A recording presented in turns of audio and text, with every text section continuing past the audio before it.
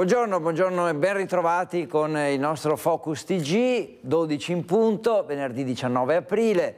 Staremo insieme come al solito fino alle 13:30 e ci aggiorneremo su quello che sta accadendo a nord-est, anzi vi aggiorneremo perché avremo ovviamente come al solito tutti i nostri collegamenti con chi è in giro per il territorio per vedere quello che succede in queste ore, per fare un po' il punto della situazione, anche per anticipare magari eventi che si verificheranno a breve. Come sempre, insomma, il nostro invito è quello di rimanere con noi, perché è un po' tutto il nord-est che è nel nostro mirino e che quindi su tutto il territorio vi aggiorneremo. Ci sono parecchie notizie di cronaca che tra poco seguiremo. I nostri colleghi, i nostri inviati stanno andando sul posto per aggiornarci proprio su questi fatti di cronaca un po' in tutte le province, in particolare Padova, Treviso, Vicenza, che ci daranno le notizie principali di cronaca. E adesso iniziamo con la cronaca, ma tornando un po' indietro, perché il giorno di Pasquetta era caduto dal tetto di un capannone mentre cercava di recuperare un pallone. Era un 22enne di Galliera Veneta. Dico era perché purtroppo dopo 18 giorni di agonia è morto. Dopo 18 giorni in cui la speranza non ha mai abbandonato i familiari e gli amici, è morto Simone Bonato, il 22enne di Galliera Veneta, che il giorno di Pasquetta era rimasto vittima di un grave incidente mentre stava trascorrendo un pomeriggio di festa con gli amici a Campretto di San Martino di Lupari. Il ragazzo era salito sul tetto di un capannone per recuperare un pallone. La struttura però aveva ceduto all'improvviso e il 22enne era precipitato. Un volo di oltre 4 metri. Simone Bonato ha sbattuto la testa con violenza. Immediati soccorsi e ricovero in terapia intensiva all'ospedale di Padova, dove il ragazzo ha lottato in questi 18 giorni. Genitori e amici sempre accanto non lo hanno abbandonato un minuto. La famiglia ha dato l'autorizzazione all'espianto degli organi. Purtroppo sì, cronaca che ci ha portato a una notizia veramente drammatica. La cronaca ci porta anche a Vicenza, dove per fortuna parliamo di un altro argomento meno grave, perché ce ne eravamo già occupati. A Vicenza c'era questo cittadino che ha vangato l'orto, ma finché vangava l'orto ha trovato un oggetto che poteva sembrare un ordigno bellico addirittura. Quindi insomma tutto bloccato, area transennata, artificieri in azione, ci hanno impiegato 2 giorni, ma alla fine l'area è stata bonificata. Sentiamo come. La storia è una di quelle della serie Incredibile ma vero. In via Dal Pozzo, nel quartiere Stanga di Vicenza, un inquilino sta vangando il suo orto dietro a questa palazzina quando a un certo punto nella terra trova quello che non si aspetta. Un cerchio rotondo? No, cioè come un coperchio, diciamo. Un oggetto non identificato, ma che fosse un ordigno c'erano dubbi. Certo, non sarebbe la prima volta che riemerge un ordigno dal passato, ma non è nemmeno la prima volta che in questa zona i condomini fanno l'orto. A raccontare l'episodio un vicino di casa che spiega come, per prudenza, siano state subito allertate tutte le autorità competenti e la zona sia stata interdetta. Il proprietario dell'orto stava facendo, ma era anni che veniva fatto l'orto, non era così. La prima volta. Invece questa volta si vede che ha scavato un po' di più, ha trovato quella roba lì, e allora ha chiamato la polizia, è venuta fuori, ha visto e ha detto fermi tutti, qui bisogna chiamare gli artificieri. E così eccoci ad oggi con gli artificieri che entrano in azione. I militari dell'8° raggruppamento guastatori paracadutisti Folgore di Legnago hanno effettuato un intervento di bonifica sul presunto ordigno.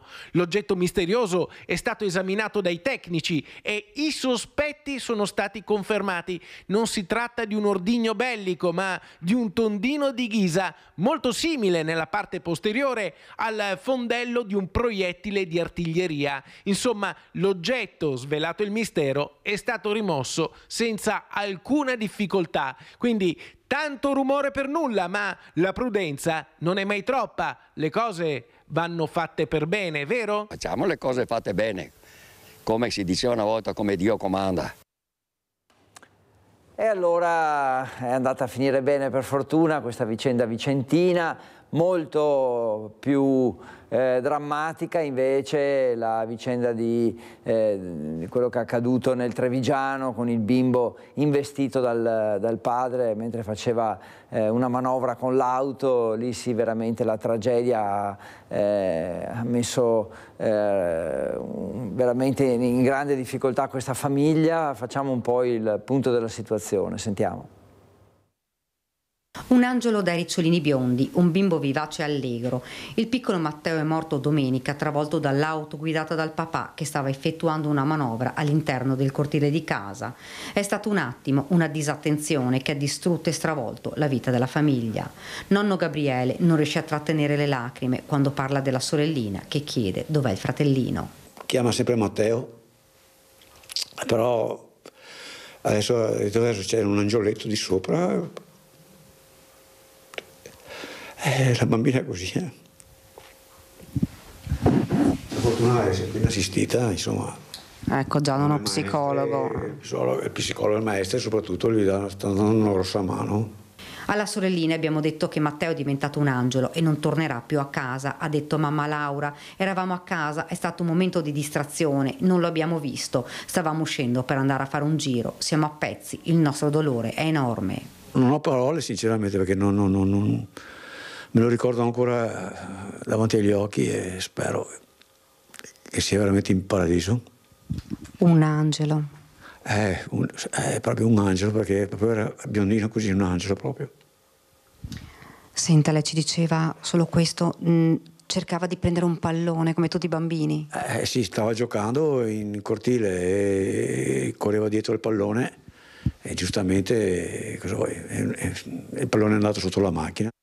I genitori hanno preso il bimbo in braccio, sono saliti in macchina e poi la corsa disperata in ospedale. All'arrivo i medici hanno subito detto ai genitori che le condizioni erano gravissime. Matteo era in arresto cardiaco, poi i sanitari hanno fatto ripartire il cuoricino, ma i traumi erano troppo gravi. Ha combattuto per 2 giorni tra la vita e la morte, poi martedì la tragedia. Il papà del piccolo non riesce a darsi pace, ci racconta il nonno. Quando uno succedono queste cose qua, passano 50.000 pensieri per la testa, è molto demoralizzato e dovremmo stargli accanto per superare questo momento critico. Stretti, soprattutto alla sorellina. Vivremo per lei adesso. Le parole si fermano in gola, sul computer le foto del nipote, le guarda, gli occhi si arrossano. Ora il papà è indagato per omicidio colposo, ma è un atto dovuto per poter svolgere tutti gli accertamenti del caso. Nelle prossime ore sarà eseguita l'autopsia. La famiglia attenderà ora dalla Procura di Treviso l'autorizzazione per poter celebrare il funerale. E adesso ci occupiamo di infortuni sul lavoro. Ce ne sono registrati altri 2 in poche ore anche oggi, infatti tra poco ci collegheremo con Daniela Sizzia. Prima però, proprio per inquadrare questo tema, parliamo del conto alla rovescia per la manifestazione indetta ai sindacati che si svolgerà sabato a Roma, una manifestazione ovviamente indetta per chiedere più sicurezza nei luoghi di lavoro. Alla cooperativa Alternativa Ambiente regna il dolore. Olaf Vidali, papà del piccolo Matteo, lavora qui dal 2008. Non solo, ma lo stesso nonno è stato il primo presidente. Una notizia che ha sconvolto tutti, ci dicono. Siamo rimasti letteralmente senza parole, perché veramente non ci aspettavamo una notizia del genere. E soprattutto pensando alla famiglia di Olaf. Olaf è un nostro socio lavoratore da molti anni e Olaf è sempre molto attento, quindi veramente non riusciamo a capacitarci come sia potuto succedere questo. Però i bambini sono imprevedibili. Siamo vicini alla famiglia e pronti a sostenerla ed aiutarla. Se avesse qua davanti Olaf, che cosa si sentirebbe di dirgli? Sentirei solo di dargli un grosso abbraccio, perché credo che le parole contano, ma fin là. Credo che la vicinanza che si trasmette con un abbraccio fisico è sicuramente più importante. A Casier la comunità è sotto shock, è impossibile accettare la morte di un bimbo. Il sindaco Cararetto ha fatto visita alla famiglia, nelle sue parole il dolore di un momento tanto difficile. Beh, guarda, non ti nascondo che nell'incontrarli c'è stato un abbraccio e probabilmente lacrime, perché è difficile riuscire a far capire che siamo vicini. Non li lasceremo soli, continuerò a chiamarli, ci dice, e a stargli vicino. Siamo concittadini più che amministratori e siamo insomma in aiuto soprattutto per poter insomma condividere un po' insieme la sofferenza. Impossibile accettare che un bimbo, spiega, possa perdere la vita. Poi il sindaco ricorda un'altra tragedia che ha sconvolto Casier nel 2020. Il piccolo Tommaso Tiveron, 4 anni, era stato travolto da un cancello ed era morto poco dopo. 2 tragedie immense, 2 ferite per la comunità. Quindi ancora insomma, questa tragedia di Treviso che è in qualche modo legata insomma, a infortuni, a vicende drammatiche che non si possono prevedere. Adesso andiamo dalla nostra Daniela Sizzia, che in effetti ci parla proprio ancora di infortuni, perché ce ne sono stati altri 2 questa mattina in poche ore, e da Carbonera sentiamo che aggiornamenti ci sono. Buongiorno Daniela, a te la linea. Buongiorno Federico, buongiorno anche ai telespettatori. Ci troviamo nel parco di Villa Maria a Carbonera. Questo è il secondo infortunio. Il primo era avvenuto proprio a Carbonera, in una ditta, la Maior, dove un operaio di origine dominicana stava effettuando dei lavori sul tetto, è precipitato, è stato portato con l'ambulanza all'ospedale di Treviso, non sarebbe in pericolo di vita. Quasi contemporaneamente a Pezzan, sempre di Carbonera, altro infortunio qui dove vedete l'albero a terra. Dei volontari stavano potando quest'albero qui e un ramo è caduto ed ha travolto uno dei volontari, un pensionato che è stato portato in ospedale. Dunque 2 infortuni sul lavoro davvero a pochissima distanza l'uno dall'altro, e anche in pochissimi minuti, perché dall'uno dall'altro è venuto davvero in pochissimo tempo, quasi contemporaneamente. Io sono in compagnia del sindaco di Carbonera, Federica Ortolan. Sindaco, 2 infortuni sul lavoro, una giornata difficile per questo comune. Sì, appunto, una giornata sicuramente non fortunata, e appunto spero che queste 2 persone possano rimettersi in fretta. Fortunatamente si tratta di due incidenti che hanno appunto per lesioni comunque non gravi, però dispiace, ecco, sempre questi accaduti, ecco. Si torna a parlare anche di infortuni sul lavoro, che è una davvero dei fenomeni che fanno preoccupare soprattutto nella Marca.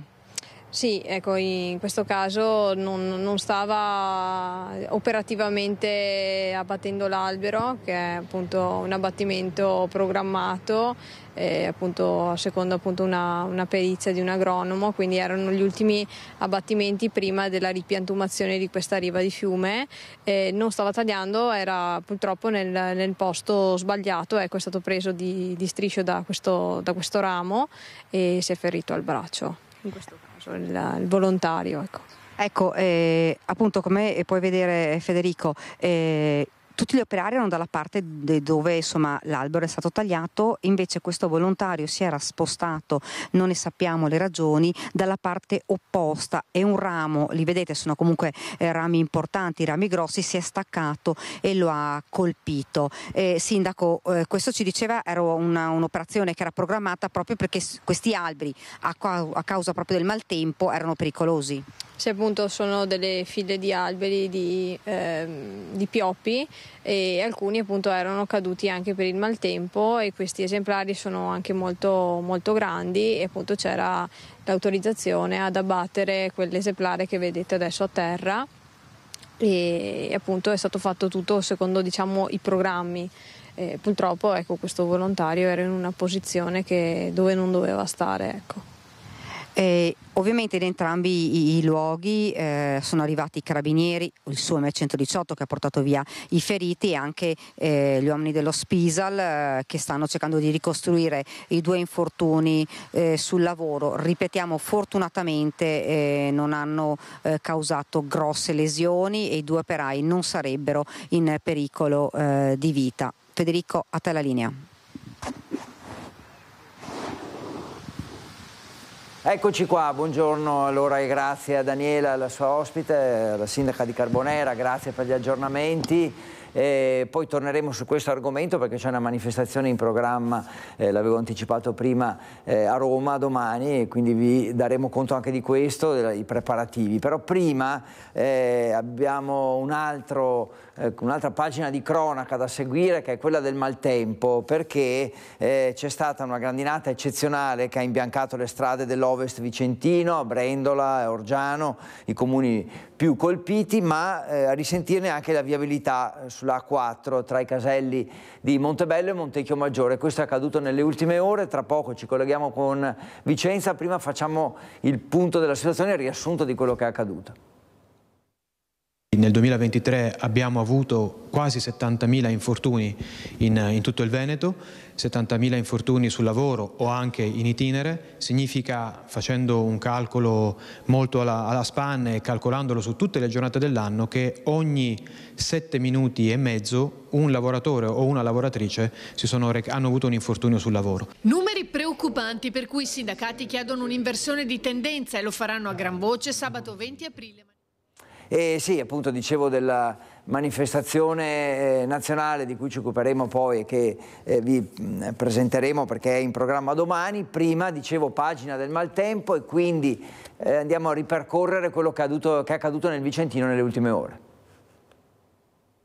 Intensa, improvvisa, inaspettata, la grandinata che ha interessato il Vicentino, che dalla Riviera Berica ha colpito soprattutto i comuni di Brendola e Orgiano intorno alle 12, fenomeno che ha interessato anche il tratto vicentino della 4 tra Montebello e Montecchio Maggiore, causando rallentamenti al traffico. Tante le foto e i video che si sono moltiplicati sui canali social dedicati alle segnalazioni sul maltempo. Per questo fenomeno, una via di mezzo tra grandine e neve, gocce d'acqua gelata che una volta a terra hanno ricoperto strade e il paesaggio imbiancandoli. Questo fenomeno si è verificato dall'area del municipio fino a via Orna, quindi in un raggio di circa 2 chilometri di raggio, in cui a terra sono scesi praticamente 10 centimetri di ghiaccio. Sembrava fosse dicembre, con un freddo abbastanza pungente. È un fenomeno che non abbiamo mai visto e che ci ha anche un po' preoccupato. Non sono stati segnalati interventi da parte dei vigili del fuoco né danni a persone o auto. Da valutare invece saranno quelli alle colture, in particolare quelli legati agli alberi in fiore.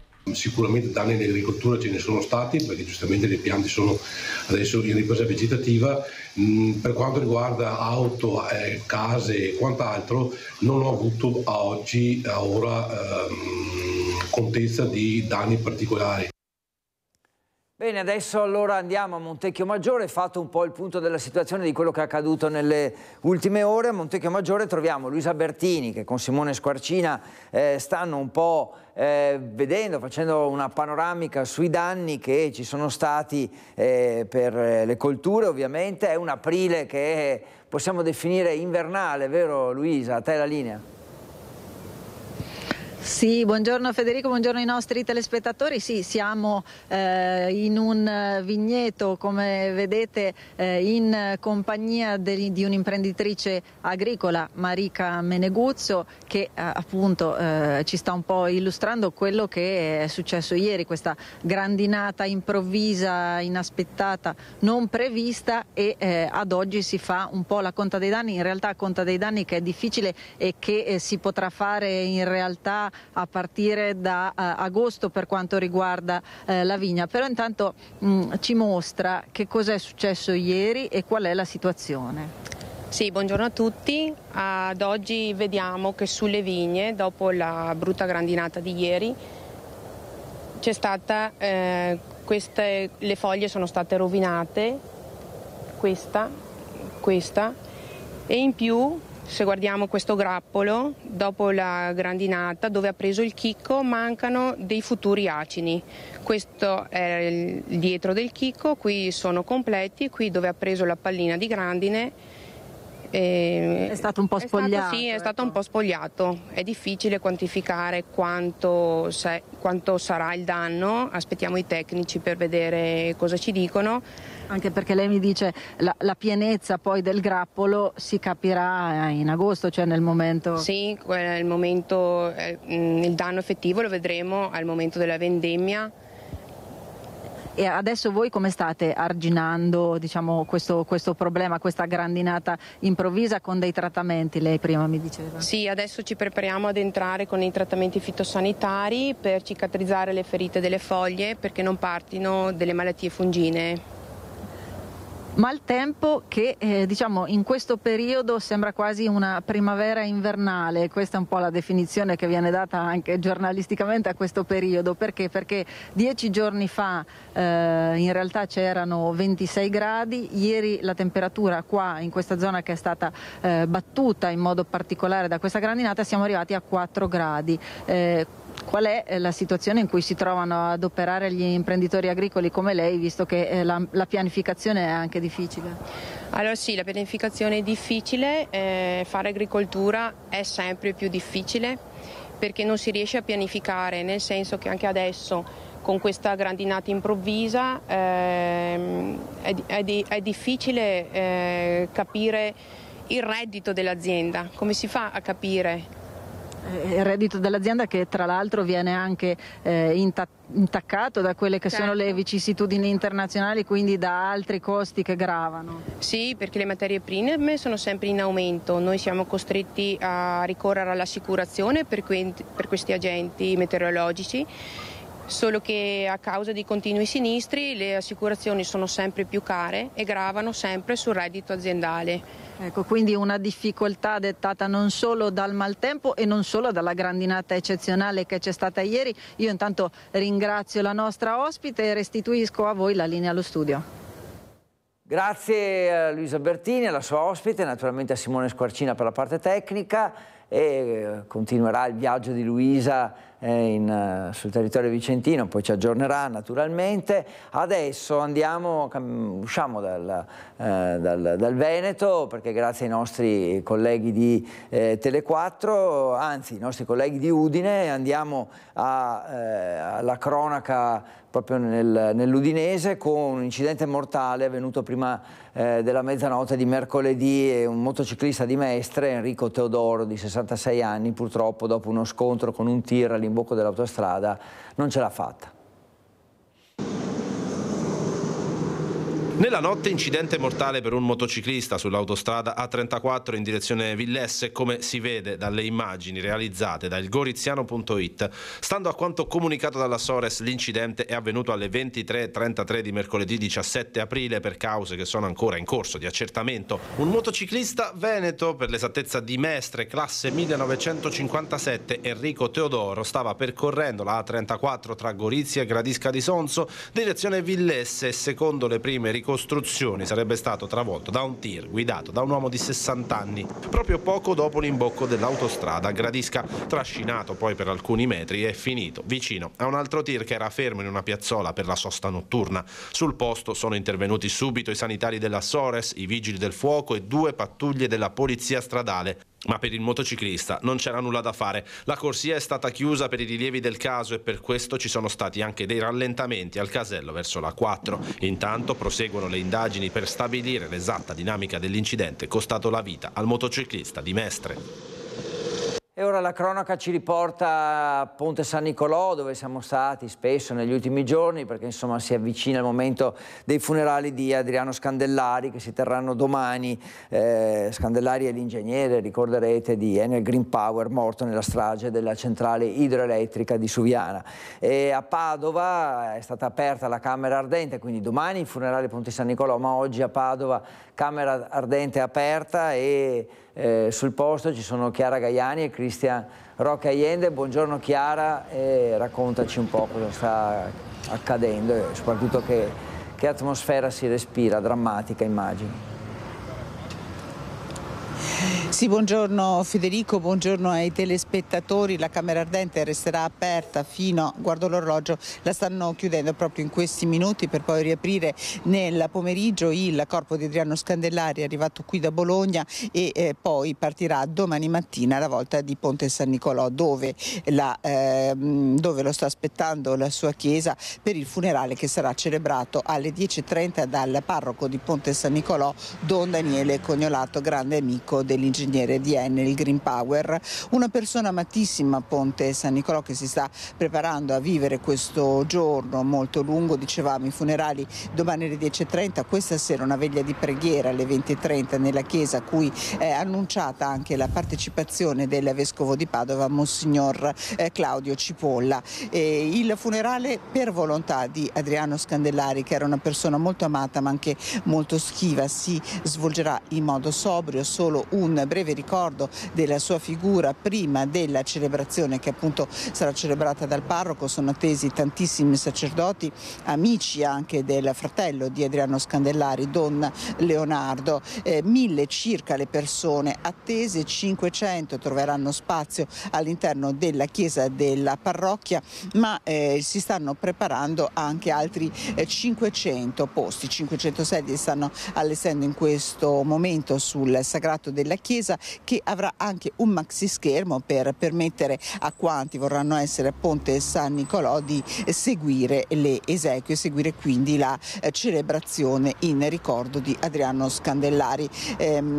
Ovviamente tutti si stringono alla moglie di Adriano Scandellari, alle 2 figlie, alla sua famiglia, che è molto molto conosciuta e molto amata a Ponte San Nicolò.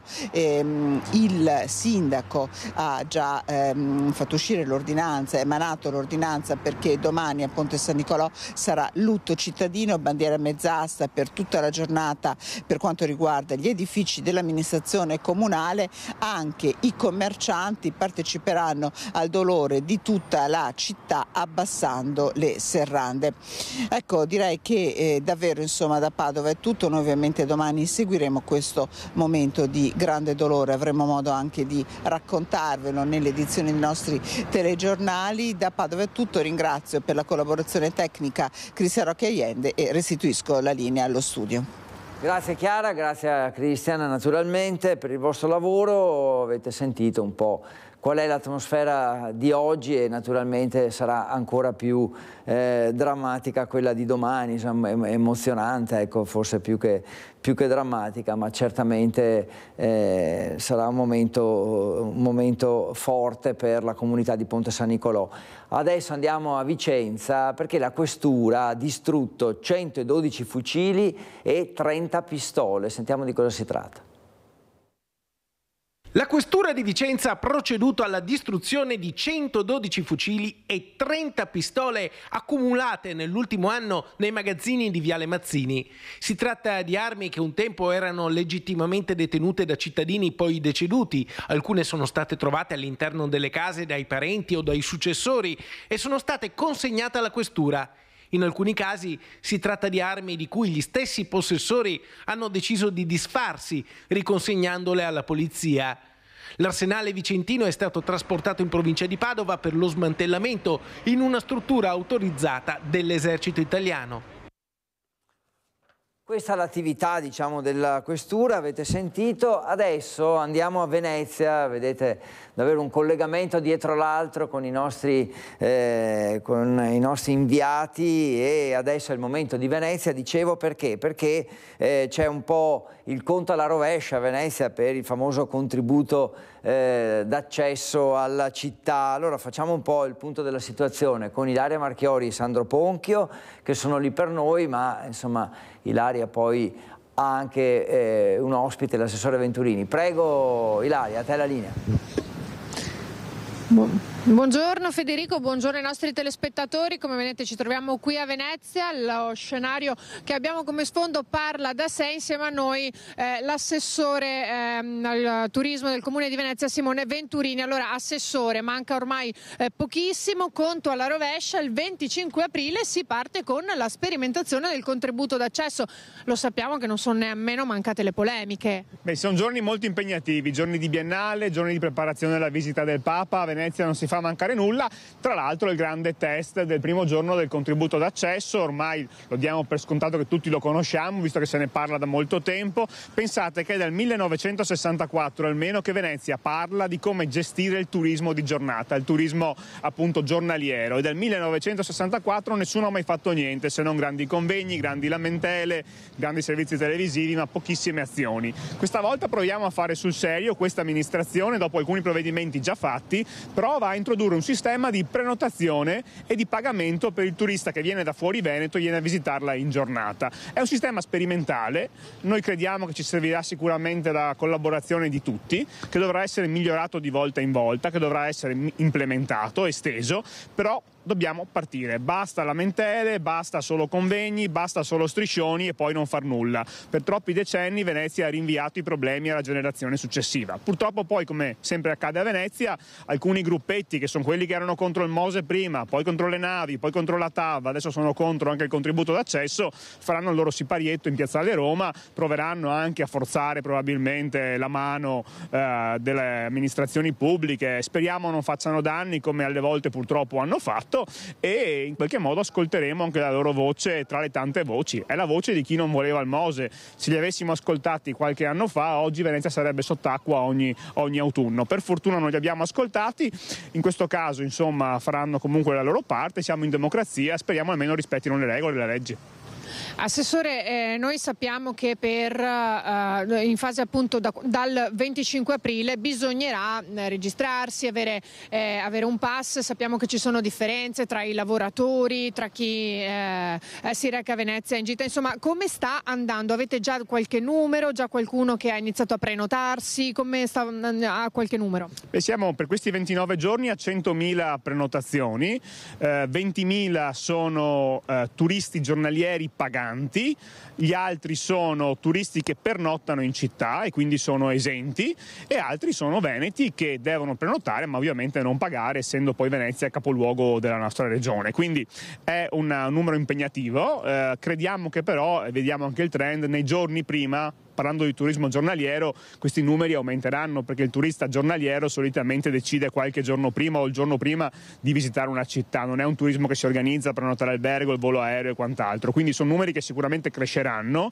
e dovremo poi misurare l'effetto disincentivo per quelle giornate. Cioè lo scopo della misura è far sì, da un lato, di comunicare al turista, specie quello che non conosce Venezia, che Venezia non è una città qualsiasi, ha delle regole particolari, deve essere rispettata, non si può fare il bagno in canale, non si può mangiare seduti per terra, non si possono occupare i ponti distendendosi, cose che per noi sono scontate ma alle volte non lo sono. Dall'altra parte noi sapremo in anticipo quanta gente arriverà in quei particolari giorni e tareremo i servizi in base ai numeri attesi, e questo è un effetto veramente innovativo, perché oggi nessuna città al mondo sa quanti turisti arriveranno il giorno dopo. Noi potremmo saperlo grazie a questo sistema.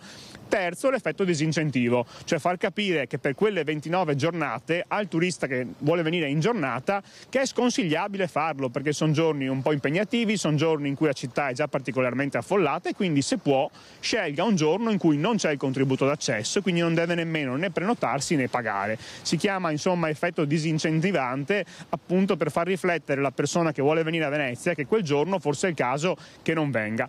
Se poi è l'unico giorno che ha e vuole venire a Venezia quel giorno, ok, ma almeno si prenota e se da fuori Veneto paga. Assessore, perché ricordiamo prima di restituire la linea che non si tratta di tutte le giornate e nemmeno dell'intera giornata, c'è un orario. Sono solo 29 giornate, tra l'altro dalle 8:30 alle 16, quindi dalle 16 in poi, quando il grosso del turismo giornaliero già rientra verso la stazione, verso Piazzale Roma, e invece qualcuno che vuole venire a vedere uno spettacolo a Venezia, vuole venire a cena, ecco, dalle 16 in poi non ci sarà l'applicazione del contributo d'accesso. Quindi ecco, agli amici che ci seguono da fuori Venezia e dal Veneto, eventualmente un'opzione intelligente è venire a visitare Venezia dalle 16 in poi, quando la città è più tranquilla e si può venire a godersi anche il tramonto a Venezia, che per noi veneti è sempre uno spettacolo meraviglioso. Ringrazio l'assessore Venturini. Federico, ti chiedo se ci sono curiosità dallo studio, qualche domanda per l'assessore, altrimenti qui da Venezia restituiamo la linea. Ilaria, io in realtà non ho seguito da vicino un po' tutta la preparazione. Non so, una domanda che mi viene da fare, ma i controlli, cioè, è previsto un sistema per controllare quello che accade?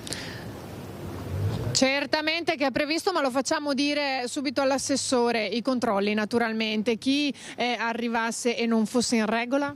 Noi abbiamo 200 persone coinvolte ogni giorno nella macchina dell'informazione e del controllo.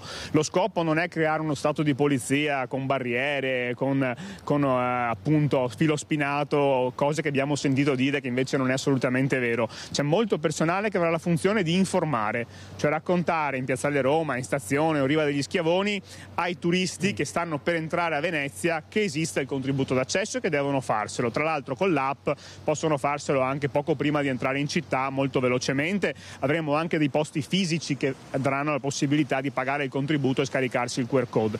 Poi c'è un livello di controllo, quindi chi accede a Venezia potrà essere controllato a campione. Gli verrà chiesto: scusi, sa che c'è il contributo, ha scaricato il contributo, è esente, mi dimostri il contributo, il QR code di esenzione, oppure invece può dire non sapevo, e in quel caso, se l'atteggiamento è di effettivamente uno che non sapeva, viene invitato a farselo. Se si vede che era qualcuno che voleva veramente entrare a Venezia facendo il furbo, sapendo la regola eccetera, è soggetto anche a multa, come è soggetto a multa ma anche a conseguenze più gravi in caso di autocertificazione falsa. Cioè io dichiaro di pernottare presso una struttura, poi il comune fa il controllo, non risulta, lì c'è il tema della sanzione ma anche ovviamente dell'esposto anche per materia penale. Assessore, le chiedo solo una cosa: è fiducioso? Secondo lei come andrà? Allora, io credo che bisogna fare qualcosa. La nostra città è troppi anni che rinvia i problemi. Abbiamo aperto anche negli ultimi anni 4 anni di dibattito su possibili soluzioni. Non è arrivata nessuna proposta fattibile. Questa è l'unica proposta che è possibile portare avanti sperimentandola sulla base di una legge dello Stato che l'amministrazione Brugnaro ha finalmente ottenuto. Cioè lo Stato ci ha consentito di fare questo sistema grazie all'impegno del sindaco e della sua amministrazione e oggi dobbiamo farla funzionare. Dopodiché, se vediamo che qualcosa va migliorato, lo miglioriamo. Se va cambiata la legge, chiederemo a Roma di cambiarci la legge. In particolare c'è chi dice che 5 euro sono pochi, servirebbero 50, chi dice 500, chi 22, ognuno ha la sua idea. Ma se ascoltassimo tutti non decideremmo mai. Allora, facciamola funzionare, partiamo gradualmente. Il nostro approccio è di estrema umiltà, cioè non pensiamo di aver trovato la ricetta magica per ogni problema, è un ulteriore pezzettino che deve essere appunto implementato insieme. A tutti chiediamo collaborazione, ci scusiamo per il disagio, specie appunto agli amici di fuori Venezia e veneti che magari quel giorno devono prenotarsi, può essere un onere in più, ma credo che tutti quanti amiamo in maniera pazza Venezia, vogliamo difendere la nostra città e tramandarla alle prossime generazioni. Credo che tutti insieme, se riflettiamo su questo, anche il minuto di prenotazione possa essere un sacrificio abbastanza irrilevante visto l'obiettivo da raggiungere, sapendo che però servirà la collaborazione di tutti, molta pazienza anche per poi migliorare tutti gli aspetti, in particolare sulla comunicazione, sulla divulgazione, e non avere però la pretesa che fatto questo siamo a posto. Ci sono 1000 altre cose che stiamo facendo e che vanno ad accompagnare il contributo d'accesso. Vi ricordo, prima di salutarci, che prenotare è molto semplice, basterà entrare nel sito del comune, ci sono tutte le indicazioni con le varie finestre in base poi alle proprie esigenze. Nel giro di 5 minuti si risolverà tutto. cda.ve.it è il sito dove fare tutte le operazioni, trovare tutte le informazioni. Tra l'altro abbiamo avviato una campagna di comunicazione molto bella, molto anche local, con persone veneziane, il vigile, il fruttivendolo, il direttore dell'albergo, il barbiere, che raccontano cos'è il contributo in 5 lingue diverse e le motivazioni del contributo, perché lo facciamo. È molto giovane, molto bella, fatta da un'azienda veneziana che appunto sta assumendo molti giovani, e questo è un segnale importante anche di svolta, perché nuove funzioni arrivano in città, nuovi giovani arrivano a vivere a Venezia, ed è bello insomma come messaggio. È il 25 aprile, che tra l'altro è una giornata importantissima per la città, a prescindere dal contributo d'accesso. Ci saremo qui anche noi per documentare e vedere come andrà la giornata. Ringrazio l'assessore Simone Venturini, qui da Venezia restituisco la linea allo studio. Grazie Ilaria, grazie a Sandro Ponchio e naturalmente grazie all'assessore Venturini, buon lavoro. Cambiamo argomento decisamente, perché c'è un'altra pagina di attualità, di cronaca anche la possiamo definire, che un po' sta facendo discutere, a Padova, ma poi non solo, perché è un tema talmente caro a noi veneti che si è allargato il dibattito. Parliamo di questa statua dell'Alpino che dovrebbe essere installata a Padova, ma ha fatto scalpore, ha creato polemica il fatto che la statua imbracci un fucile. Allora non si placa questa polemica. Sentiamo un po' di temi collegati a questo argomento, partendo dal punto di vista dell'assessore e vice sindaco Andrea Michalizzi. Vice Sindaco, insomma, si è molto dibattuto sull'opportunità o meno di questa statua dedicata agli alpini, in cui c'è la presenza di un fucile appoggiato a terra, che raffigura appunto questo alpino con il fucile appoggiato a terra. Ecco, qual è la posizione del Comune di Padova nei confronti di questa statua? Ma il Comune e l'amministrazione ha voluto dedicare una statua nel centenario degli alpini, un accordo che il sindaco ha preso con l'Associazione Nazionale Alpini, ed è un tributo all'impegno, a ciò che rappresentano gli alpini nella nostra comunità, anche a Padova, sempre pronti, disponibili nei momenti di emergenza. L'abbiamo visto nei diversi che abbiamo attraversato, dal Covid a Vaia, gli alpini sempre in prima fila, la protezione civile alpina sempre schierata, ma la presenza degli alpini anche ormai nel tessuto associativo e nelle cose che la nostra comunità organizza, sempre pronti. Gli alpini sono anche il simbolo di una generazione che ha combattuto una guerra anche contro la loro volontà, e oggi rappresentano il dramma di una generazione che ha affrontato la guerra, quindi tema anche attuale rispetto ai conflitti che ci sono oggi. In questo senso gli alpini sono testimoni di pace e che è richiamata forte nei suoi valori. Insomma, la nostra comunità è amica degli alpini e nel suo centenario la città di Padova, così come esiste anche in tante altre città d'Italia, gli dedica una statua. 12:42, continuiamo su questo tema perché dopo aver sentito il vice sindaco Michalizzi abbiamo sentito anche i padovani. Continua la discussione sull'opportunità di collocare la statua dell'alpino progettata e realizzata dall'artista Ettore Greco in un parco cittadino. Abbiamo chiesto ai padovani cosa ne pensano. Ecco cosa ci hanno detto. Ma la storia degli alpini è che mi è saputo che hanno combattuto, e quindi non mi risulta che hanno mai fatto guerra e combattuto con le rose, che siano diventati anche un gruppo di cui fa parte, che si sono dedicati tantissimo alla solidarietà. Basta vedere quello che fanno quando ci sono terremoti, sostituiscono moltissimo quello che è la protezione civile. Ecco, ma per cui è un problema, chiamiamolo, degli alpini, se vogliono essere rappresentati col fucile in mano o se guardano l'aspetto solamente di solidarietà. Ma è innegabile che fanno parte dell'esercito. Penso che la statua debba rimanere. Anzi, penso che possa essere un bel messaggio, anche perché il fucile, se non ricordo male, non è in mano ma è posato per terra, e quindi simbolo ovviamente di deposizione delle armi. Ma certo, una statua cosa vuole che sia, si può sempre fare, no? Anche per gli alpini. In effetti è un corpo che ha dato tanto, no? Per l'Italia. Per quello che fanno e che hanno fatto gli alpini valga la pena di un riconoscimento, per cui non credo che sia un riferimento bellico o guerresco questo, ma una solidarietà, un riconoscimento a quello che fanno o quello che hanno fatto. In questo momento probabilmente non credo sia il momento migliore, ma alla fine sono gli alpini, quindi grosso modo non è che può essere vista da tanti punti di vista, però comunque sono un gruppo storico, diciamo che magari può essere vista da questo contesto e pretesto, può essere controversa. È un momento critico, ci sono guerre in corso, però è anche vero che è un corpo militare, non so, gli mettono anche la piccozza. Vari punti di vista dunque su questa vicenda. Adesso, per chiudere un po' il cerchio, sentiamo anche la posizione della parte politica della città. Arriva anche la risposta del sindaco Sergio Giordani. Il sindaco di Padova Sergio Giordani ha voluto sgomberare da ogni dubbio la questione. La statua di Alpino a Padova alla fine verrà posizionata nel Parco Tito Livio. Il primo cittadino, con una nota ufficiale di Palazzo Moroni, butta acqua sul fuoco della polemica accesa in questi giorni dopo la notizia che alcuni assessori della sua giunta avevano espresso perplessità sulla statua raffigurata con il tradizionale fucile.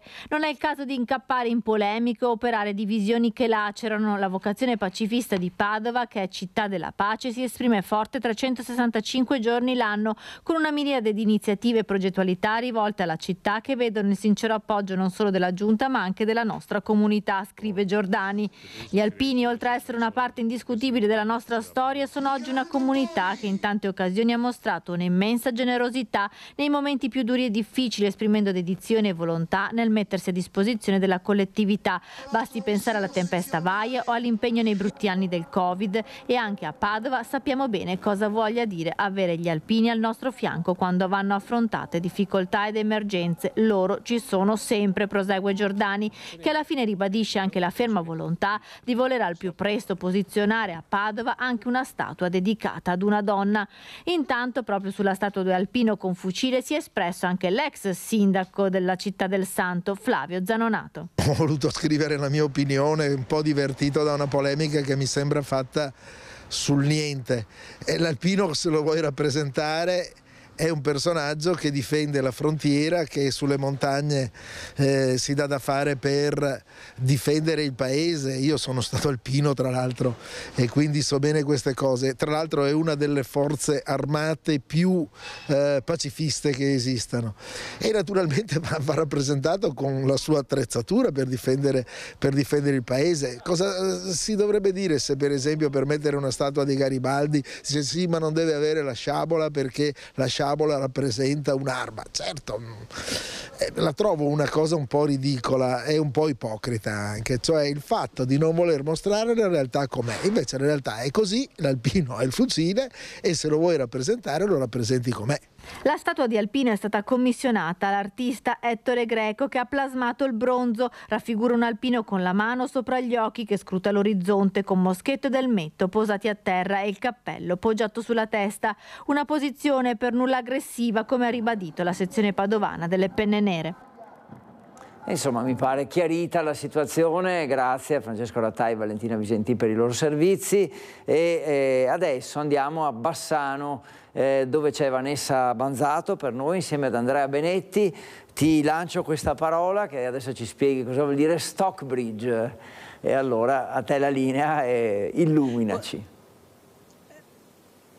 Cerchiamo di capire. Ciao Federico, buongiorno a te e a tutte le persone che ci stanno seguendo. Stockbridge 2024 è un modo per far sì che lo stoccafisso, il baccalà come lo conosciamo noi, venga promosso addirittura patrimonio immateriale culturale dell'UNESCO. È una manifestazione che si vuol fare, che durerà 3 giorni, proprio a metà maggio qui a Bassano del Grappa, ma sarà un tuffo nel passato per ricordare intanto la scoperta del baccalà da parte di Querini, e poi ecco tutto il percorso che è stato fatto a livello anche economico, dalla Norvegia all'Italia, a Venezia, passando attraverso Bassano del Grappa e al fiume Brenta.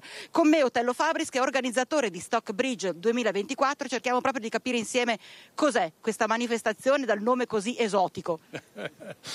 Beh, esotico. Stockbridge vuol dire ponte di legno, stockfish vuol dire pesce di legno, e quindi li abbiamo associati così in maniera un po' goliardica, ma in realtà tutti e due sono strettamente legati alla nostra tradizione. Infatti la banda degli alpini suonerà sul ponte al momento dell'incontro con la delegazione norvegese Se i mari fosse tocio i monti de Polenta, ecco.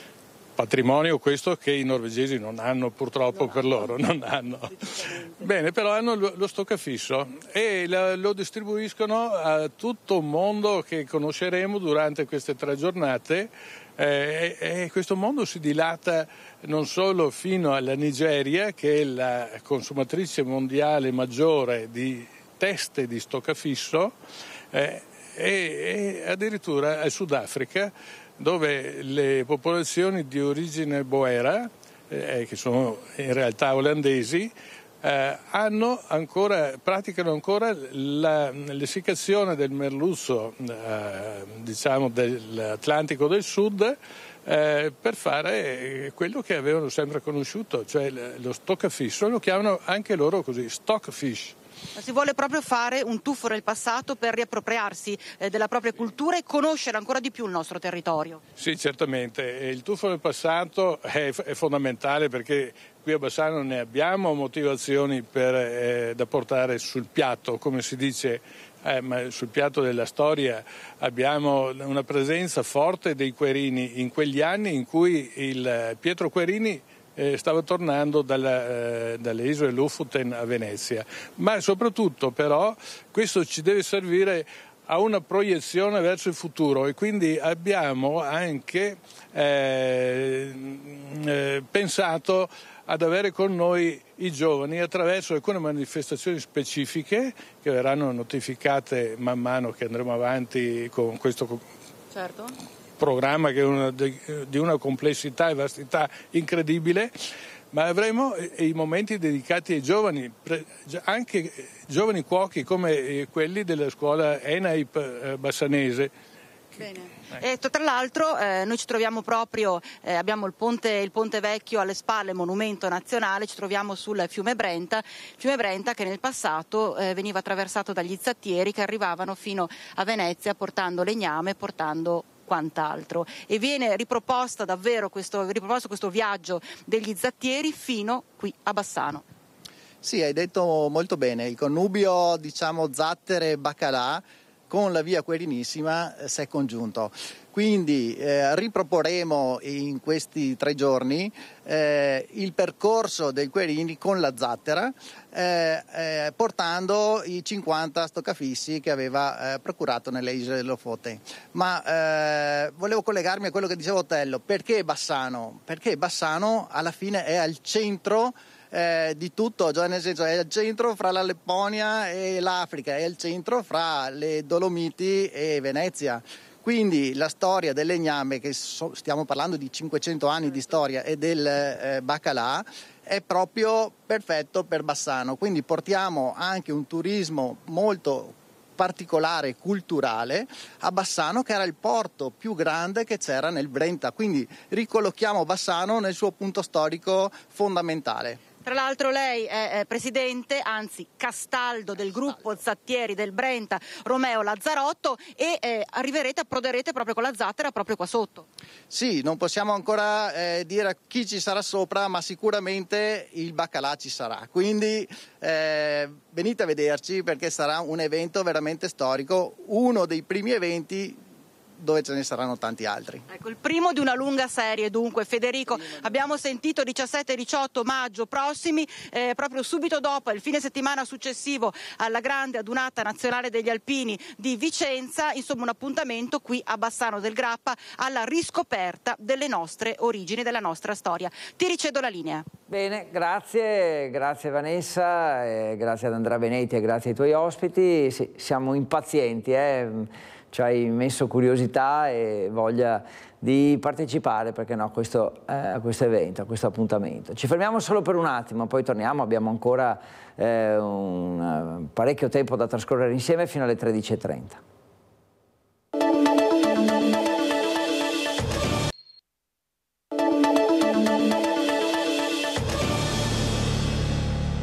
(12:57), venerdì 19 aprile, ancora Focus TG. Abbiamo spaziato un po' in tutto il nostro nord-est con i collegamenti e con i nostri inviati che ci hanno raccontato quello che sta accadendo. Adesso ripartiamo un po' con la cronaca, in particolare dalla provincia di Vicenza, da Sovizzo, dove un uomo è stato arrestato dai carabinieri per aver maltrattato la moglie e il figlio minorenne. È successo al termine di una lite tra coniugi per futili motivi. Un uomo ha assunto atteggiamenti aggressivi e violenti nei confronti della coniuge convivente e del figlio minore. Prima gli insulti verbali, poi il passaggio dalle parole ai fatti è stato breve. Una coppia di stranieri, non nuova ad analoghe vicende, che però non avevano reso necessario l'intervento dei carabinieri. Secondo le ricostruzioni dei militari dell'Arma, al termine della lite, la donna, per fuggire ai maltrattamenti del coniuge, si sarebbe chiusa a chiave assieme al figlio all'interno di una stanza dell'abitazione familiare, chiedendo l'intervento dei carabinieri. L'uomo avrebbe anche tentato di abbattere la porta della stanza con spallate, pugni e calci, riuscendoci solo parzialmente. Immediato l'intervento di 2 pattuglie della compagnia di Valdagno e dei carabinieri di Montecchio Maggiore, che lo hanno immobilizzato. Grazie alle dichiarazioni delle vittime, i carabinieri sono riusciti a ricostruire l'intera vicenda, al termine della quale l'uomo è stato arrestato per maltrattamenti in famiglia e minaccia aggravata nei confronti della coniuge e del figlio minorenne. Adesso parliamo di politica, andiamo a Bassano, dove c'è molto fermento in vista delle elezioni amministrative, con il nuovo sindaco che deve essere scelto dai cittadini. Vediamo gli ultimi sviluppi che ci sono. Vi ricordate quando l'UDC è sceso in campo smentendo le dichiarazioni della sindaca Elena Pavan, che dava la forza centrista nella sua coalizione? Ecco, a pochi giorni da quella clamorosa smentita ne arriva un'altra. Stavolta a fare luce sull'assetto delle coalizioni è Noi Moderati, che Pavan aveva inserito nella sua compagine. Sentite qui. Volevamo smentire categoricamente questo tipo di informazione che è emersa ieri sulla stampa, in quanto noi non appoggiamo assolutamente la coalizione di Elena Pavan, bensì stiamo portando avanti il progetto per quanto riguarda la candidatura di Nicola Finco, e a breve usciremo a livello anche di conferenza stampa con degli organi di partito ufficiali. Insomma, Noi Moderati non sta con Elena Pavan e sostiene invece il centrodestra di Nicola Finco, il quale puntualizza un paio di concetti. Siamo alle comiche, no? Il sindaco uscente 10 giorni fa si è presentato sul ponte dicendo di avere l'appoggio dell'UDC, e l'UDC ha smentito l'appoggio ufficiale ad Elena Pavan. Di recente ha detto di avere l'appoggio di Noi Moderati, e invece Noi Moderati sta lavorando con la mia coalizione a sostegno della mia candidatura. Questo la dice lunga anche sul ruolo che dovrebbe avere il sindaco, no? L'azione politica della sindaca uscente è fortemente criticata dall'esponente della Lega. Sta millantando l'appoggio di tante persone, di tanti gruppi politici, ma poi alla fine vediamo che un giorno dopo l'altro questi gruppi si sfilano, quindi forse o ha paura o forse vuole far vedere un qualcosa che non esiste. La considerazione finale è un attacco diretto alla coalizione che sostiene Pavan, che a questo punto si posiziona a destra del centrodestra. Loro cercano di ingannare i cittadini, no? Raccontando cose non vere, però ovviamente i cittadini sono molto attenti, sanno valutare anche questi comportamenti, e poi sono sicuro che di conseguenza sapranno anche dare un giudizio su questo operato. Eccoci tornati in studio, ancora dicevo fino alle 13:30 insieme. Vi do anche una notizia che viene dal tempo, perché insomma l'abbiamo capito che le temperature si stanno nuovamente abbassando, sono sotto la media del periodo e lo rimarranno fino alla fine del mese, tanto che freddo e neve caratterizzeranno questo weekend dal sapore invernale. Antonio Banò, il meteo.it, conferma il calo delle temperature per l'arrivo di aria polare dalla Scandinavia, che insomma investe l'Italia e fa sì che il maltempo rimarrà ancora qualche giorno purtroppo sulla nostra penisola. E andiamo a Venezia, ancora la cronaca, perché c'è stata paura a bordo di un autobus della CTV per una rissa scoppiata tra 2 stranieri. È spuntato anche un cacciavite e un turista è rimasto ferito. Rissa con cacciaviti a Piazzale Roma, sull'autobus numero 6. Chi era a bordo dell'autobus diretto a Venezia poco prima delle 11 non poteva credere ai suoi occhi. Dopo un primo scontro tra 2 passeggeri stranieri, un tunisino e un bengalese, sembrava che gli animi si fossero tranquillizzati, ma nonostante alcuni passeggeri avessero cercato di dividere i due, poco dopo hanno ripreso a litigare all'altezza di Fincantieri. Sembra che il tunisino, in preda all'ira, abbia anche colpito casualmente col cacciavite un francese che cercava di fermarlo, procurandogli una ferita alla gamba non profonda che non ha richiesto l'intervento degli operatori sanitari. A quel punto l'autista però ha pensato di fermarsi e chiamare la polizia. In via Righi tutti fermi, si è fatto scendere tutti, bloccato l'auto, è arrivata la polizia, manetta al tipo. che è stato portato in questura a Venezia dagli agenti, mentre dopo circa una ventina di minuti, quando ormai l'altro coinvolto nella rissa si era allontanato, l'autobus è ripartito alla volta di Piazzale Roma, con a bordo i passeggeri sconvolti per quanto accaduto. Adesso andiamo a Treviso per parlare di edilizia popolare, perché a Cassugana, nuovo tassello della politica per la casa, presentate le modifiche ai regolamenti PEP. Tra le novità, la possibilità per le aziende di costruire alloggi da affittare ai propri dipendenti. Stiamo parlando di circa 120 appartamenti, una risposta importante che si unisce alla residenza popolare che con Ater stiamo sviluppando e che il Comune sta rimettendo nel mercato attraverso le riqualificazioni. Incentivare la costruzione di alloggi convenzionati da una parte e ampliare la platea di potenziali acquirenti dall'altra. Cassugana mette mano al regolamento per la realizzazione dei PEP, i piani di edilizia economico popolare, per andare incontro alle esigenze della fascia media della popolazione, quella che supera la soglia che dà diritto a un alloggio pubblico, ma che fatica a trovare casa a costi accettabili nel libero mercato. Principale novità, l'estensione anche alle aziende della possibilità di costruire alloggi da dare in locazione ai propri dipendenti. Mentre un tempo i soggetti che realizzavano gli alloggi in un'area PEP potevano venderli o affittarli solamente a soggetti privati, adesso la vendita o l'affitto può avvenire anche nei confronti delle imprese, le quali poi a loro volta possono locarli o venderli a propri o ad altri dipendenti, mantenendone però il costo limitato. Il prezzo massimo sia della vendita che dell'affitto verrà definito dal Comune. 4 i lotti attualmente destinati a PEP, siti tra Canizzano e Santabona. È un nuovo modello Treviso che guarda non soltanto alla residenzialità da un punto di vista sociale, ma guarda anche alla residenzialità da un punto di vista della famiglia e dello sviluppo familiare, che oggi viene messo in difficoltà soprattutto da un punto di vista dei costi. Noi vogliamo riuscire a garantire a tutti la possibilità di avere una casa a dei prezzi che siano accessibili per dei lavoratori dipendenti. Abbiamo parlato di alpini per questa polemica che a Padova ha coinvolto l'installazione di una statua. Adesso parliamo ancora di alpini, però in maniera più positiva, cioè avvicinandoci alla Dunata Nazionale che si svolgerà a Vicenza, quindi 400.000 presenze previste a Vicenza e c'è stata la presentazione nel quartier generale. Vicenza, cuore pulsante dell'Italia, l'orgoglio di ospitare la 95esima Dunata Nazionale dal motto Il sogno di pace degli alpini, che calamiterà in città dal 10 al 12 maggio oltre 400.000 penne nere, evento che torna nella provincia più alpina d'Italia dopo 33 anni. Noi qui abbiamo nel territorio vicentino i 4 sacrari, quindi diciamo che da lì dobbiamo partire, quindi i nostri valori che derivano da chi ha dato la vita per la nostra libertà e che quindi vengono ricordati e vengono sempre messi in primo piano. È il primo cittadino a parlare di evento storico, città che è già vestita a festa con 30.000 bandiere tricolore, macchina organizzativa che è in moto da tempo, dall'ospitalità ai parcheggi al trasporto pubblico potenziato alle scuole di ogni ordine e grado che in città chiuderanno per venerdì 10 e sabato 11. Bisogna farsi trovare pronti perché chiaramente sarà difficile tutta l'attività legata alla mobilità, agli spostamenti, però stiamo cercando di gestire la situazione causando il minor disagio possibile ai cittadini. Quali sono i tasselli mancanti? Su cosa vi state concentrando adesso?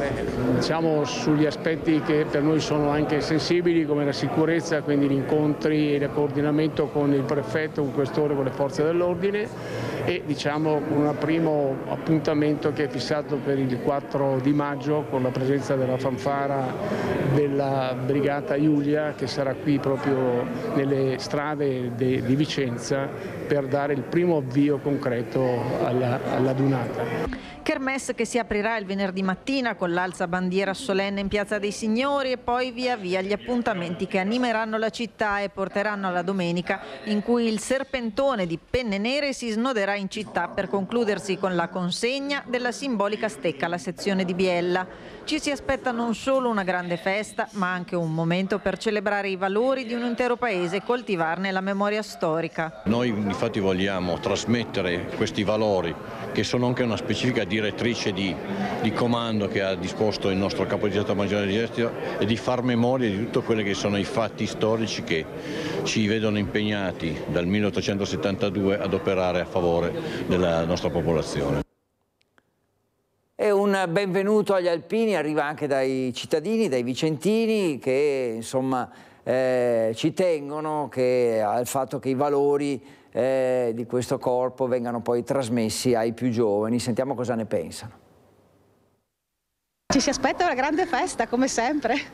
La città è già abbellita, diciamo. Abbiamo visto che c'era sì, sono già le bandiere e tutto quanto. Hanno fatto molto volontariato in giro per l'Italia. Speriamo in bene. Qualcuno verrà a vedere questa bellissima città d'arte di Andrea Palladio, città d'autore voglio dire, e speriamo che poi ne parlino e qualcun altro torni. Che tutto vada bene, perché si può augurare che questo. Gli alpini sono belli, hanno un entusiasmo particolare. Penso una bella festa, anche piena di cori e qualcosa del genere. Poi spero che vada tutto bene, perché ci sarà la sfilata, ci saranno le feste. So che gli alpini mi piace anche festeggiare, quindi penso che i valori degli alpini anche nelle cose che fanno, nell'aiutare le altre persone, anche sono un gruppo molto molto unito, perché si trovano ogni anno in questi eventi incredibili. Spero che lo trasmettano anche ai ragazzi giovani che magari avevano voglia di contribuire in qualche modo, anche se ormai la leva non c'è più, quindi. Io mi auguro che certi valori siano trasmessi ai giovani, non ne sono così sicura, però questa è la speranza, perché la confusione e il movimento che si creerà sarà tanta, al disagio anche per molti, però speriamo che dal punto di vista positivo passi qualche valore importante in questo momento poi di grande difficoltà. Ottavo Alpini Giulia, per me i vicentini, diciamo che ricordo benissimo la donata di tanti anni fa. Mi auguro che abbia lo stesso successo e che sia gradita la città. Ricordo comunque che c'è stata da parte della città una grande e cordiale accoglienza. Sicuramente sono brave persone, lavorano bene, sono veramente i volontari che ci vuole. Ancora cronaca, torniamo nel Trevigiano per l'omicidio di Anica Panfile. All'esame degli inquirenti i vecchi cellulari della donna, si cerca un eventuale messaggio che possa valorare la tesi di Franco Battaggia in carcere per il delitto. Ho accompagnato Anica in piazza d'Arcade perché aveva un appuntamento. È sempre stata questa la versione fornita da Franco Battaggia, accusato di aver ucciso Anica Panfile, la 31enne di origine romena, trovata morta sul greto del Piave Spresiano il 21 maggio 2023. Versione che fino ad oggi non ha mai trovato alcun riscontro. Nessuna telecamera ha ripreso né la donna né tantomeno lui in centro. Ora la procura ha disposto degli esami sui cellulari vecchi di Anica, visto che la 31enne a volte avrebbe inserito la SIM negli apparecchi più datati. Fra l'altro il telefonino che aveva con sé la sera in cui è sparita non è mai stato trovato. Si tratta però di un estremo tentativo, ha spiegato il procuratore Marco Martani, perché non è detto che gli apparecchi fossero stati usati da Anica in tempi recenti. A questo punto provvederemo alla trascrizione dei contenuti della messaggistica solo se i riscontri saranno positivi. Fatta questa verifica si potrebbe arrivare alla chiusura delle indagini. Insomma, un ultimo tentativo per verificare quanto detto dal 77enne che ora si trova in carcere a Santabona. Secondo l'accusa, la donna quel 18 maggio, giorno in cui si persero le tracce, era andato da Battaggia, suo ex datore di lavoro, per prendere dei documenti. Poi, sotto l'effetto della cocaina e al termine di una lite, l'avrebbe uccisa colpendola alla testa e poi soffocandola con una mano sulla bocca e sul naso. Lo stesso Tribunale del Riesame, rispondendo al ricorso presentato dai vecchi legali di Battaggia contro l'ordinanza di carcerazione, aveva messo in evidenza come gli indizi di colpevolezza fossero solidi. Decisive le riprese di una telecamera di videosorveglianza del pick-up di Battaggia, visto passare più volte nel luogo dove la donna sarebbe stata buttata nelle acque del canale della Vittoria. Ed eccoci ancora con voi per l'ultima pausa, brevissima, poi torniamo per rimanere insieme fino alle 13:30.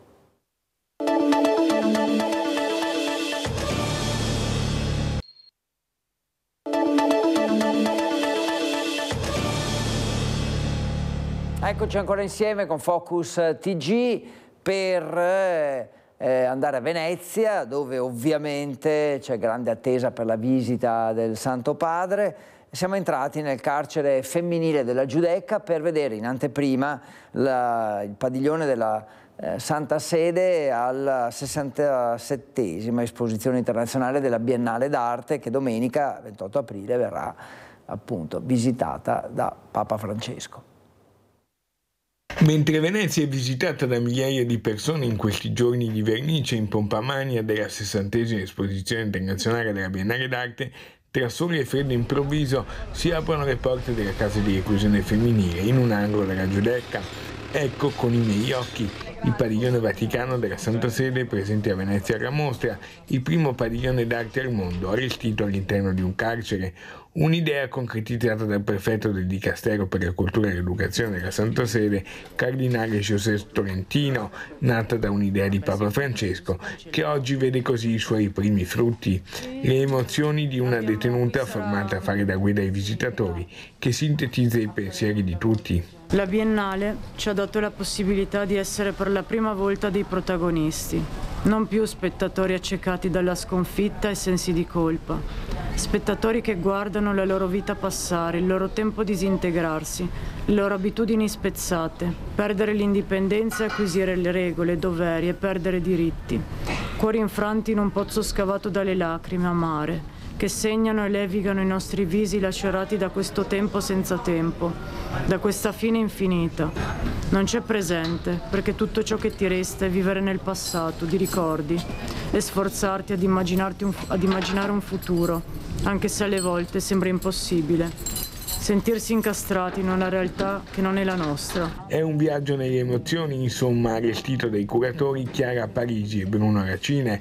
Domenica 28 aprile verrà visitato da Papa Francesco. Da dopodomani, invece, l'apertura al pubblico a piccoli gruppi di 25 persone, solo su prenotazione online, ma aperta alla visita di tutti. Il progetto del padiglione della Santa Sede all'interno della casa di detenzione della Giudecca, casa di detenzione femminile, è sicuramente un'esperienza rivoluzionaria e profondamente artistica, in cui questi poli di attrazione che rappresentano veramente la creatività si sono uniti in questi diversi ponti tra chi è dentro e chi è fuori. Quindi si è creato questa specie di unisono attraverso la libertà della creazione. E a Belluno, nel bellunese, insomma, si riaccende la discussione sulle Olimpiadi, la pista da bob che tanto ha fatto discutere, e c'è chi si domanda se si farebbe ancora in tempo a fermare la costruzione della tanto discussa pista a Cortina, e c'è chi è convinto di sì. La Federazione Provinciale di Belluno di Sinistra Italiana e Alleanza Verdi Sinistra, insieme alle organizzazioni giovanili UGS e GEV, ha organizzato per sabato prossimo una iniziativa pubblica intitolata Le Olimpiadi dell'insostenibilità, con l'intenzione di chiedere nuovamente alla provincia di Belluno la revoca della delibera con cui concesse il suo sostegno alla realizzazione della pista da bob. Noi chiediamo due cose: sulla pista da bob di revocare la delibera del 2022 con cui è stato stanziato il €500.000 per il cofinanziamento della pista da bob, per il semplice motivo che quella pista non serve. E ormai diciamo, non possiamo più chiedere niente, che siamo nettamente contrari alla variante urbanistica che è stata approvata a maggioranza lo scorso Consiglio provinciale, che ha autorizzato il progetto di finanza sulla stazione dei treni di Cortina. Non è compatibile secondo noi con il piano territoriale di coordinamento provinciale, e non c'è una sola ragione per costruire un albergo nuovo quando sono ferme almeno una ventina di pratiche di richieste di ristrutturazione e ampliamento degli alberghi esistenti su Cortina.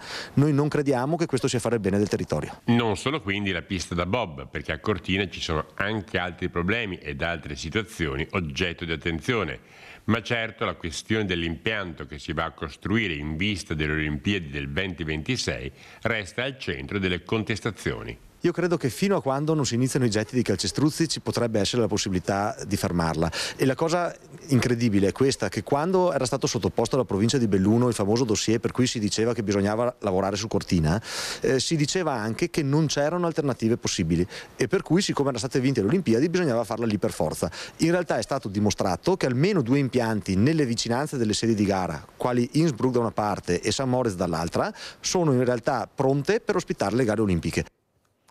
La cronaca giudiziaria, adesso andiamo nel Padovano per il processo a Diletta Miatello, accusata di aver ucciso i genitori a San Martino di Lupari. Ieri la donna ha accusato un malore che le ha impedito di essere presente in tribunale. Non ce l'ha fatta parlare. Dopo aver ascoltato in tribunale a Padova le testimonianze della mattinata, Diletta Miatello, l'ex agente della Polizia Municipale di Asolo, accusata dell'omicidio dei genitori, è stata accolta da un malore ed è stata riportata nel carcere di Montorio a Verona. Aggiornato all'11 settembre il processo che vede la donna imputata con l'accusa di aver ucciso la mamma Mariangela Sarto, 84 anni, e il padre Giorgio Miatello, 89, in questa villetta di San Martino di Lupari nella notte tra il 26 e il 27 dicembre 2022.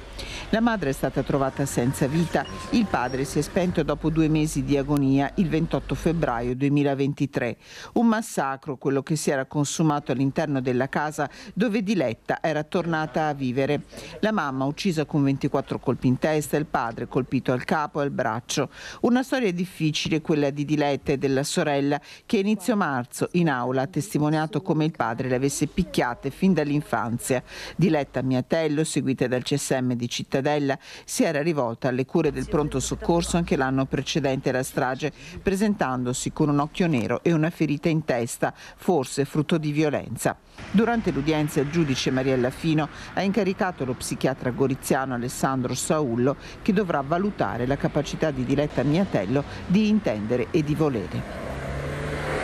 E quindi anche qui attesi sviluppi ovviamente. Adesso andiamo a sentire la gente, i cittadini, insomma ci piace molto essere vicini a loro e sentire cosa ne pensano. In questo caso sono i nostri colleghi di Bassano che hanno cercato di un po' verificare le previsioni secondo le quali quest'anno le famiglie spenderanno dai 125 ai 200 euro in più per fare la spesa al supermercato. Allora abbiamo chiesto come sta cambiando la spesa dei bassanesi.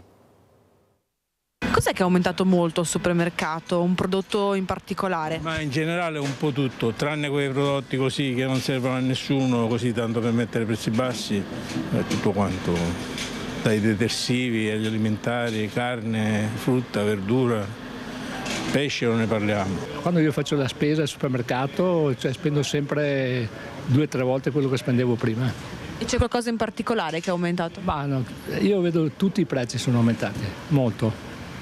E dicono che è abbassata l'inflazione, ma non è vero. Per quel che mi riguarda ho notato un molto aumento nella frutta e verdura. Che io sono non vegetariana, ma insomma frutta e verdura parecchia. Poi dopo tutto, ragazzi. Ma si rinuncia a qualcosa oggi per fare la spesa? Si pensa molto. Gli alimentari tutti, soprattutto le verdure. Si rinuncia a qualcosa oggi per fare la spesa? Sì. A cosa rinuncia lei, per esempio? Beh, intanto a prendermi le cose che vedo che mi piacerebbero e perciò rinuncio. Quanto oggi è aumentato fare la spesa? Tantissimo. Io sento mia moglie con 100 euro 2 borsetti, adesso una. Così. Quanto sono aumentati i prezzi al supermercato? Abbastanza, direi. Che cosa in particolare? Beh, anche i generi di prima necessità, il latte ad esempio, penso al pane che ha prezzi esagitati, un po' tutto direi, la carne, il pesce. Penso alle famiglie che hanno un paio di figli, sia dura per loro perché tra le spese di manutenzione della casa e le spese per i figli penso sia difficile. Adesso lo sport, perché proprio oggi partono per Belgrado a rappresentare l'Italia ai Giochi Mondiali Studenteschi di Volley. Sono gli studenti del liceo padovano Curiel, che tra l'altro l'anno scorso si sono laureati campioni d'Italia. Impegnati a scuola e anche nello sport sono i ragazzi della squadra di pallavolo del liceo Curiel di Padova, già campioni d'Italia. Ora sono pronti ad affrontare una sfida ancora più grande, rappresentare la nazione ai Giochi Mondiali Studenteschi di Volley in programma a Belgrado da domani. Le valigie con le divise sono pronte, ma nel loro bagaglio anche l'entusiasmo e un grande affiatamento di squadra che insieme all'impegno sono stati gli ingredienti fondamentali per i loro successi. Gli studenti della squadra di volley del liceo Curiel, capitanati da Samuele Boschello, partiranno partiranno con i loro docenti e allenatori Silvia Nalesso e Alberto Trevisanello. A salutarli prima della partenza la dirigente scolastica Michela Bertazzo, il consigliere provinciale all'istruzione Luigi Bisatto e gli assessori allo sport del comune di Padova e Vigo d'Arzere Diego Bonavina e Moreno Boschello, orgoglioso papà del capitano della squadra. Adesso ci occupiamo di un caso sollevato dai nostri telespettatori di Rete Veneta. I cittadini di Bertesinella, infatti, a Vicenza, hanno chiamato la nostra redazione. Il problema è sempre quello della nuova pista ciclabile. C'era una volta strada Bertesinella, i suoi negozi, le auto ferme per brevi soste davanti alle vetrine. C'è oggi strada Bertesinella e la sua nuova e poco amata pista ciclabile, con i cordoli e con le attività commerciali che hanno perso quello spazio preziosissimo per consentire ai clienti di arrivare, di sostare. Noi di Rete Veneta ce ne eravamo occupati il 5 ottobre dell'anno scorso, quando eravamo stati chiamati dai negozianti che si lamentavano. Ricordate? È un grosso disagio, perché noi abbiamo già visto che il calo di lavoro c'è, perché i nostri negozi sono tutti negozi di vicinato, quindi hanno un rapporto veloce, la gente scende dalla macchina, fa l'acquisto e va via. Ci sono tanti anziani che venivano in macchina perché magari i poverini non riescono a camminare molto bene e non vengono più, perché non hanno il posto o macchina dove parcheggiare. La questione l'avevamo portata all'assessore competente Cristiano Spiller a metà ottobre dell'anno scorso. Un problema che era riemerso anche all'assemblea di quartiere a febbraio. Da allora non è più arrivato nessun segnale dall'amministrazione, mentre la pista continua a crescere davanti alle vetrine. In realtà il cordolo si interrompe per permettere l'accesso ai negozi da parte dei pedoni, ma ad approfittarne sono anche le automobili che si infilano per veloci soste, come in passato. A me è successo settimana scorsa che quasi mi stavano stirando perché parcheggiano sulla ciclabile. Ma c'è un altro problema che oggi viene segnalato dai cittadini. Le macchine in uscita da strada di 7K, quando girano in strada Cabalbi, si trovano il cordolo della pista ciclabile e per evitarlo molti automobilisti restano larghi, invadendo inevitabilmente la corsia opposta. C'è il cordolo che non permette alle auto che escono dalla strada 7K a fare la traiettoria giusta, per cui sono costrette ad invadere la corsia opposta. E questo diventa molto molto pericoloso. Insomma, molti allargano, ma c'è anche chi stringe e ci rimette il cerchione. Il cordolo, d'altra parte, nonostante sia nuovo, è già stato segnato. Sabato mattina 2 automobili che uscivano dalla strada di 7K nel fare la curva hanno rotto cerchio e pneumatico sul cordolo per evitare di invadere l'altra corsia. Il cordolo ovviamente sarà stato installato alla distanza dall'incrocio prevista dalla legge, ma i cittadini segnalano che nella pratica è molto fastidioso. Insomma, questa pista progettata nel 2013 e attuata con i fondi del PNRR è nata sotto una cattiva stella, anzi è nata dalla parte sbagliata della strada. Secondo me sono stati soldi buttati al vento. Ancora l'assemblea fatta a febbraio abbiamo chiesto all'amministrazione che vengano sistemati i cordoli di questa ciclabile in strada Cabalbi. Ad oggi, a distanza di mesi, nessuno si è ancora fatto vedere e nessuno ha preso in considerazione le richieste dei cittadini. Adesso torniamo a Bassano perché torna l'appuntamento in Piazza Libertà con una delle manifestazioni più attese tra quelle enogastronomiche, perché è l'87esima mostra concorso dell'asparago bianco di Bassano DOP. Domenica 21 aprile dalle 9 di mattina inizierà proprio la 87esima mostra concorso dell'asparago. Il re di Bassano torna in mostra in Piazza della Libertà. Saranno una trentina i produttori a sfidarsi a colpi di ruote e nastri di stroppa in una delle mostre di ortaggi più antiche di tutta Italia e tra le più attese del territorio. È proprio una mostra in cui i nostri soci presenteranno una ruota, ossia un mazzo di asparagi di 3 kg, molto grande, con gli asparagi più belli colti in questi giorni. Per presentare verrà proprio fatta una gara, diciamo, estetica del mazzo e viene premiato e stilato una classifica. Pronta quindi la corona per il miglior asparago bianco di Bassano DOP, ma non solo, quest'anno pronte anche delle novità.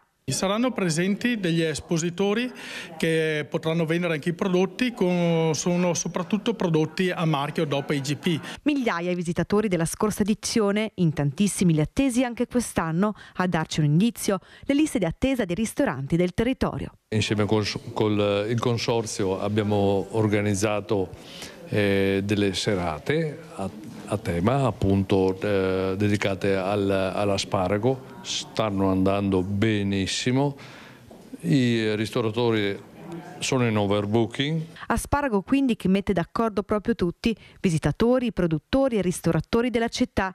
Un prodotto che quest'anno, nonostante la stagione ballerina, sembra avere una qualità altissima, poca fibra, molto aromatico e gustoso. Un'annata un po' strana, è iniziata molto presto, un po' anche lentamente, e la produzione è continuata senza avere proprio produzioni anomale, neanche con questi giorni di caldo, e in questi giorni abbiamo avuto un repentino abbassamento climatico che ha un po' fermato la produzione, però chiaramente la qualità si alzerà ancora di più. Diamo un voto agli asparagi di quest'anno? Da presidente non posso dare che un 10+. E allora, promossi a pieni voti gli asparagi di Bassano, con questo servizio finisce Focus TG per oggi. Vi ringrazio per averci seguito, buon pomeriggio, poi naturalmente rimanete con noi, i nostri programmi, i nostri notiziari. A dopo.